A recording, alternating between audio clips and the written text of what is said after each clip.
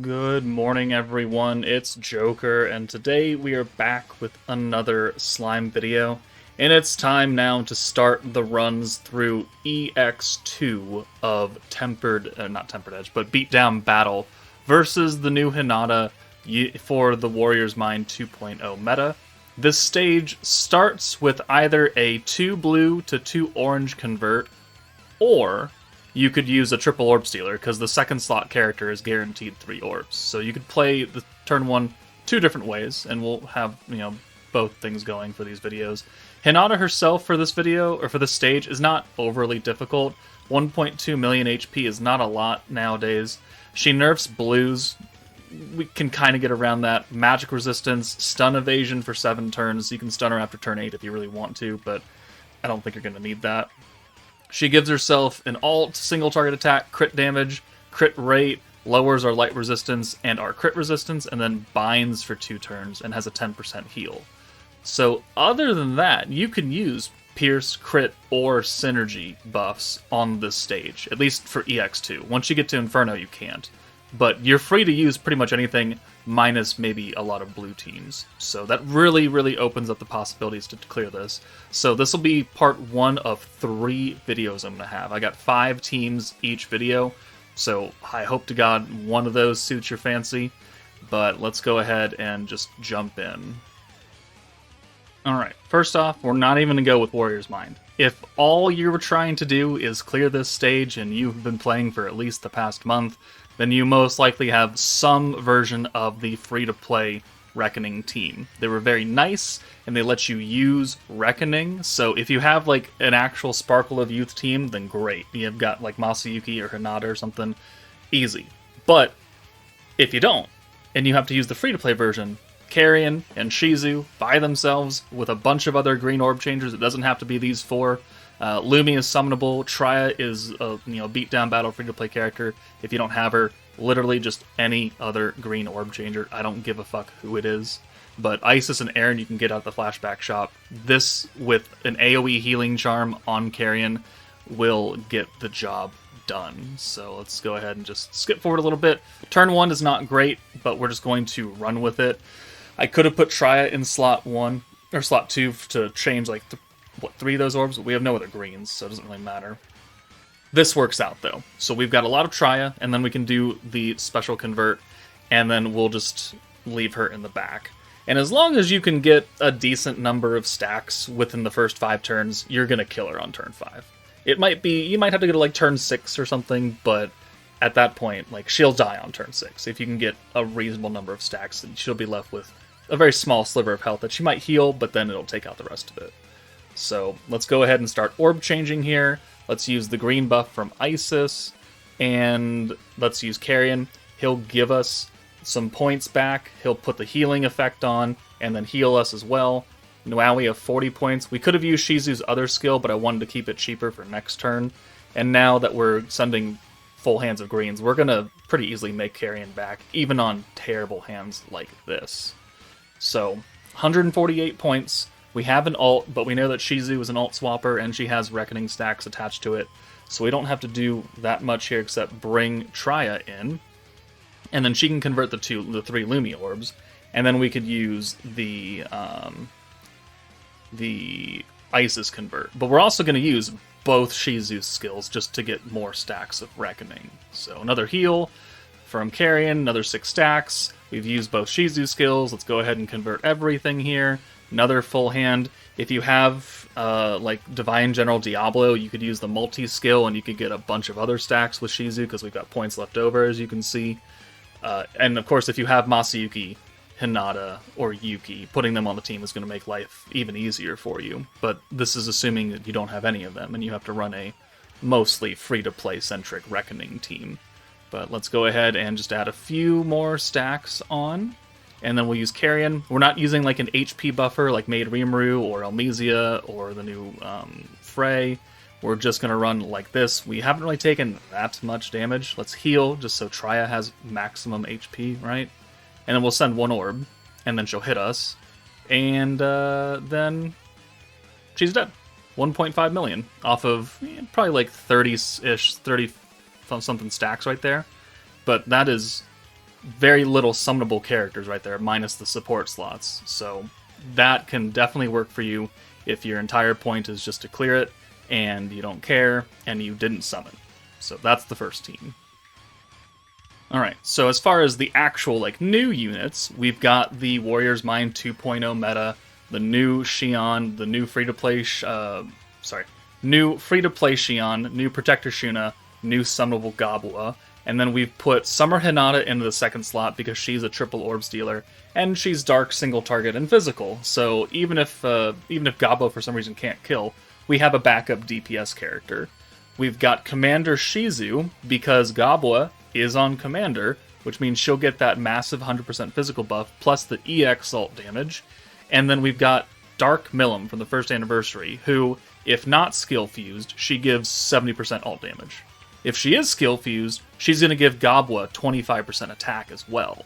So they all work fairly well together. And again, Hinata does not have that much HP. We're going to be doing a lot of damage just inherently because Gobwa is on the Force. So here, you could either use Shizu's Orb Change to get a full hand of blues, which are nerfed, which wouldn't do that much, or you use the triple Orb Steal from Hinata, and then we'll just bring Gobwa in.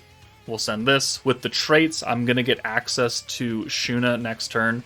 We have an ult, so we need a little bit extra from Gobwa to get her EX ult, but we'll be able to do that next turn, especially with these two orbs right here. So the traits kick in, we have Shuna, we can ult swap here with Xion, so we can have a full hand. We can also get 100% extra skill points. We can start debuffing, so we can start stacking up Gobwa's Pierce Resistance down skill. And then we'll use Shuna to convert. And then that'll give us the full hand of oranges, plus 2 rainbow orbs. And now we definitely have the EX ult. Got an okay amount of points back. It's not like we're running Himmel, but it's better than nothing. It's better than what oranges would normally give. And we've done almost nothing, and she's almost at half HP already. So, I mean, we could probably nuke now and be perfectly fine. But assuming maybe your Gobwa is a bit weaker, we're going to hold off and wait till we have enough points to really nuke. Just to show what we can do with this kind of okay build. This is definitely not what, I'm running to do Inferno. I don't know if this version could do Inferno, because Inferno has 25 million HP to start. I don't know if it's doing that. Maybe if you have 2 different nukers, maybe you could do it, but not with this team build exactly.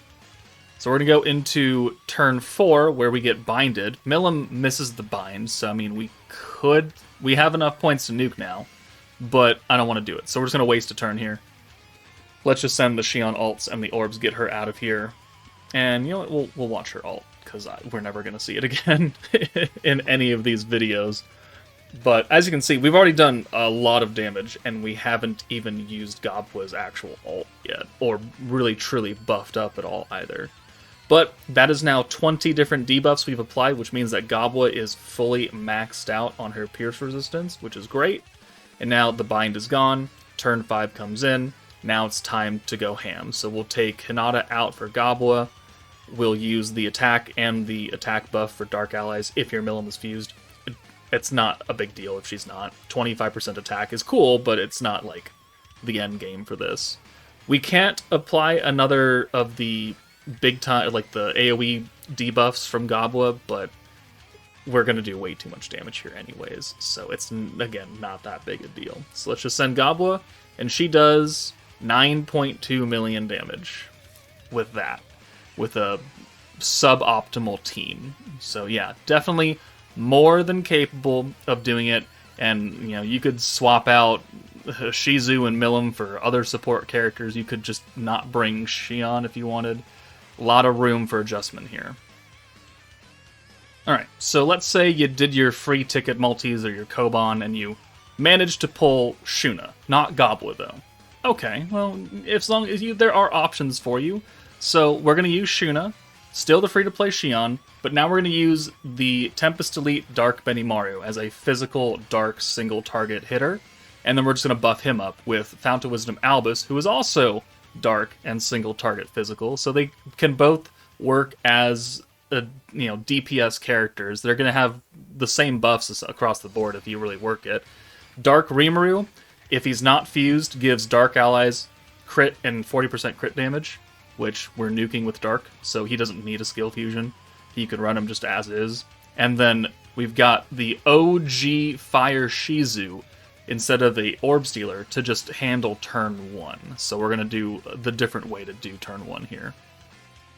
So, I mean, does it matter? The third slot character is still going to get at least 3 orbs, so whoever you put there is going to get their ult off of this hand. So Shizu works in some of the videos. I think in the later teams we use Beretta instead. Those are the only 2 that I'm aware of that can double convert blues to oranges. Someone correct me on that one. But let's go ahead and send this. We'll get an ult for Benimaru. We have Xion, so we can ult swap Dark, which Benimaru is. So that keeps up the good thing. And we have a lot of Benimaru orbs here, so we can definitely get his EX ult now. So let's ult swap. We can do the orange buff again. And then we can just convert this as well with Shuna. Give us the full hand plus the rainbows. We have way too many orbs for Benimaru now. We're going to over-get his EX ult. We're going to turn those animations off now. And then we'll send this. And then we can hold the crit buff from Rimuru in the back. And if you wanted to, like if your units do not have great gear and you're not confident in your damage, you can work towards getting a double EX ult with Benimaru and Albus, and then you would have a backup damage dealer just in case. So let's go ahead and apply the crit buff now, and we'll send him away. And he's going to have 3 orbs.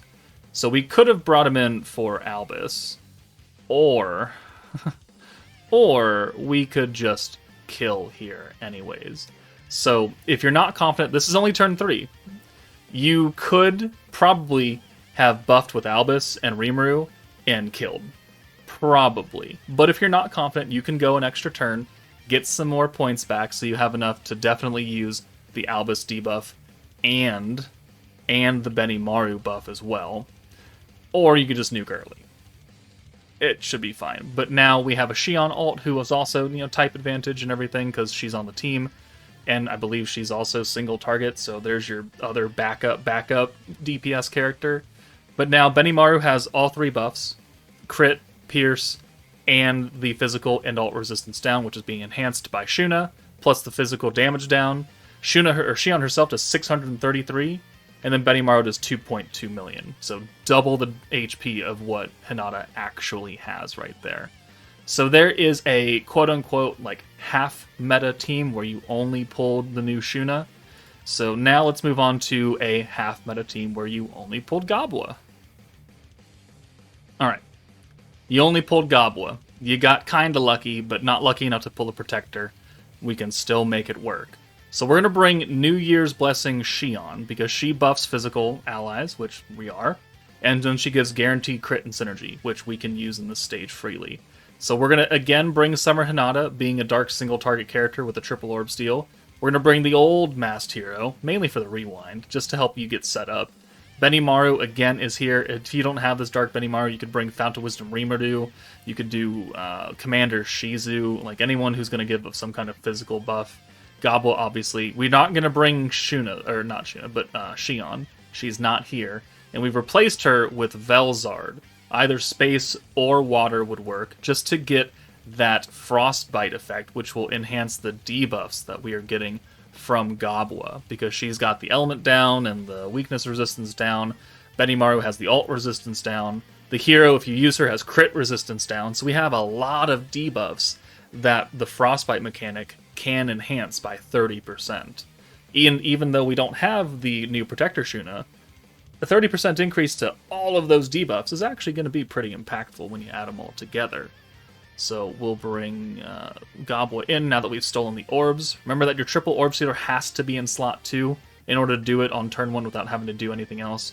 You could also put them in the back if you wanted, and then bring the orb stealer in, and then steal, and then swap out again. That's a lot of work, but it is what it is. So here, let's go ahead and apply the debuffs, and then we'll rewind, and then we'll pray that we can get a better hand of Gobwa orbs to get her EX ult after this. Space Velzard, her frostbite lasts for 3 turns, versus the Water Velzard only lasts for 2. but Water Velzard also costs 10 points less. So I brought this one because we're going to have points left over. We can afford to use a 25-point skill here, and it'll last until the end of the stage that we need to go to. So we send that. We got some more Gobwa orbs. Not great RNG. We're not getting extra really protection gauge from them. And then we actually don't have access to Xion here. What we do have is 4 hero orbs. So Gobwa, you can go away. We'll bring Velzard in, and then we'll bring Hinata in, and then we'll just simply steal those orbs again. We're going to get back some points here, plus the 30 that Xion gives us passively, so we're going to be at 104. And we're doing a lot of damage. Summer Hinata being dark and physical means that she's doing okay damage. And then on turn 4, we still have the Frostbite active. We have 113 points. We don't have any of the debuffs from Gobwa, but we have enough points to use the physical buff and her Pierce buff. So even though it's not fully capped out, because it's only at 9 stacks, it will still be enough. And if Gobwa doesn't kill for whatever reason, we do have Hinata's ult as a backup, which thank God we did. 700k, 367k. So in that instance, yeah, maybe your Gobwa isn't as strong. Maybe you needed to go to turn 5 and get some extra points. Either way, we were able to make it work with this team instead. So the hero, old character, Summer Hinata, again, you could use any triple orb stealer, or you could use Shizu / Beretta for the orb change. Benimaru, physical buff. There are a few others that do that. And then Velzard, like, does she help? Yeah. You could just put a different support unit here as well and just buff Gobwa up even more, and that also would work fine. And the final team I have for this video today is going to be the Frieren team. A team that a lot of people should have if they've been playing for multiple months now, but, you know, if they came in during the Frieren meta. It's an orange-focused team, which means it's going to work pretty well here. We're not going to use Raphael, assuming you didn't summon for him, but you got Himmel, Fern, Frieren, free to play Stark. We're going to use our triple orb stealer, Bride Shuna, because she's magic, and she's a triple orb stealer. And then for the protection gauge issue that oranges have, we're going to bring the water Shinsha. If you don't have Shinsha, then you could still make the team work. It's just going to be a little bit more difficult to cycle Himmel, but it should still be fine because this team puts out way too much damage anyways. So, I'm gonna just jump in. Oh, let's do turn 1. Shuna is in slot 2 again for the dedicated steal, so we can get 6 orbs. We're gonna nuke with Fern because she's single target, so that's why she's in the back versus Frieren. You could do either. If you don't have Fern and you only have Frieren, then just do that instead. And just bring some other support character. Divine General Diablo or hero. Old space hero, that could work too.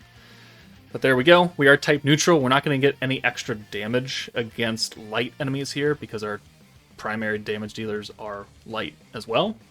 But it is what it is. So this turn actually isn't great. So you know what? We're going to reset and we're going to come back and we'll go back to turn 2. So things can go wrong, especially if you get more than, 3 of any color orb. We don't have any other orb changer on the team. Stark will alt swap, and that would have given us 2, but it still doesn't solve our problem. This works out, though, because now we have the orbs that we need. So let's go ahead and alt swap with Stark, give us that orange, and then we could use Himmel to convert this. And so even though we don't have the extra protection gauge from Shinsha quite yet, we could have easily done that and just sent Fern to the back and used that instead. But it does get us close. And then with my Frieren trait, turn 3, we'll get, or I think it's Fern trait, actually, turn 3. We'll get another Himmel right here. So very dependent on your dupes and traits. But again, if you don't have those dupes, you can still make it work. It'll just be a bit slower. Might have to go an extra turn or something. But we have the EX ult for Fern. Let's go ahead and apply her not selfish buff, but the buff that we can hold, synergy power and magic power. Let's go ahead and alt swap away, and then we can taunt while putting synergy resistance down on Hinata, and that'll help our damage just in general. And then now we have enough points to use the protection gauge. And if Shinsha wasn't skill fused and it cost 25 points, we still would have had that because we have 10 points left over. So either way, it works out. And her protection gauge doesn't get any higher when you fuse her. It just becomes cheaper That's the only thing that happened to her skill, was it got cheaper. So now, we've got enough points to use pretty much everything we need to do. We don't need Shinsha's second skill, because we're already getting EX alt damage from Fern, so it doesn't do anything for us. So she's only literally here for that one skill that we used one time. So you can see that she's not really made too much of an impact here. Because if we didn't have Himmel on this turn, it still wouldn't have made a difference. We still would have been fine. We still would have had the maximum points. We just wouldn't have had an extra 20% element damage. Whoop-de-doo. So Shinsha, definitely not necessary for this team. But let's go ahead and nuke. We've got all the major buffs, and Fern does 4.2 million. So, on turn 4. Could have gone to turn 5 if you wanted, but I don't know what else we would have gained out of it. So, there we go. There is the Frieren team. There are 5 teams that you can use to clear this stage. Please let me know if this helped you out or not. Again, I have 2 more videos coming with 10 more teams total that can take this on successfully. So if these don't work for you, stay tuned over the next couple of days. But that's it from me. Take it easy, and I'll see you all later.